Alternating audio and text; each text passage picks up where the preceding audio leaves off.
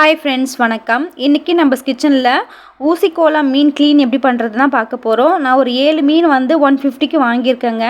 இது நல்லா ஃப்ரெஷ்ஷாக இருக்குது பாருங்கள். இந்த செதில் பகுதி வந்து நல்லா வந்து ரெட்டிஷாக இருந்தால் ஃப்ரெஷ்ஷாக இருக்குதுன்னு அர்த்தம். அதே மாதிரி கண் வந்து நல்லா பளபளப்பாக இருந்தால் அதுவும் நல்லா ஃப்ரெஷ்ஷாக இருக்குதுன்னு அர்த்தம். இது ஒரு சின்ன டிப்ஸுங்க. இந்த மாதிரி பார்த்து வாங்கிக்கோங்க மீனை.